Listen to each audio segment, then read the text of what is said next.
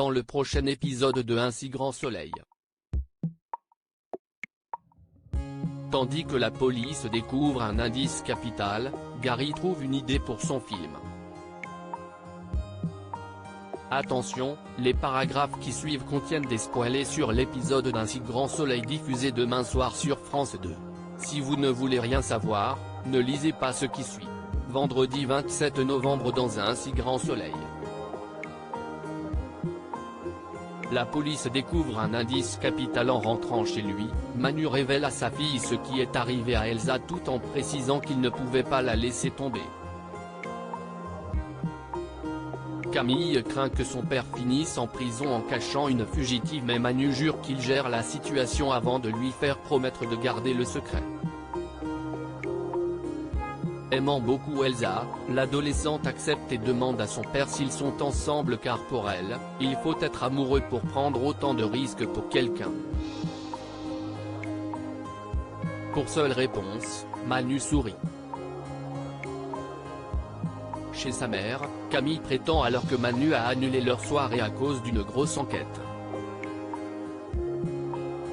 Le lendemain, Laetitia contacte son avocate dans l'espoir de modifier la convention de garde de sa fille, et ce d'autant plus qu'elle a obtenu une opportunité professionnelle à Singapour. Malheureusement, Johanna ne peut rien faire pour le moment et lui rappelle qu'elle doit rester à Montpellier si elle souhaite garder la garde exclusive. Non loin de là, Manu garantit à Elsa de la mener dans les Cévennes une fois qu'elle sera remise sur pied. Alors qu'elle cherche à comprendre pourquoi il fait tout cela pour elle, le policier confie qu'il ne parvient pas à l'oublier puis l'embrasse sur le bout du nez. Pendant ce temps, les pirates de la route n'ont toujours aucune idée de qui aurait pu les braquer et décident de changer de planque afin que personne ne puisse les retrouver. Ils envoient ensuite Kira en repérage à Lunel pour dénicher leur prochaine cible. En début de soirée, la police a découvert la moto de la fusillade dans un parking souterrain. Élise informe le commissaire Becker que la scientifique est parvenue à prélever des traces de sang exploitables qui leur permettront d'obtenir l'ADN de l'individu qui était sur cet engin.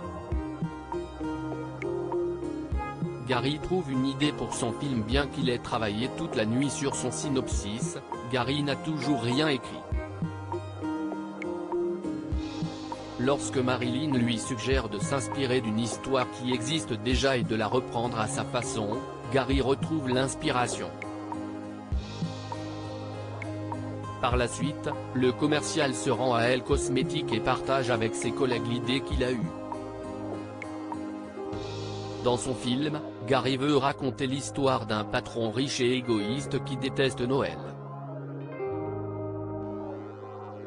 Grâce à une mère Noël qu'il envoie dans le futur pour voir les méfaits de sa pingrerie, l'homme décide de changer en rejoignant les Pères Noël de l'espoir. Après que Berthier a fait remarquer qu'il réinterprète librement le célèbre conte de Dickens, Gary, qui est certain que cela va cartonner, propose à Prune le premier rôle féminin.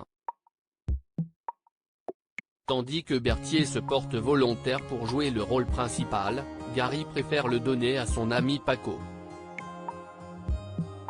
En fin de journée, Gary débarque à la coloc avec de nombreux accessoires pour son film, au grand dam de Marilyn.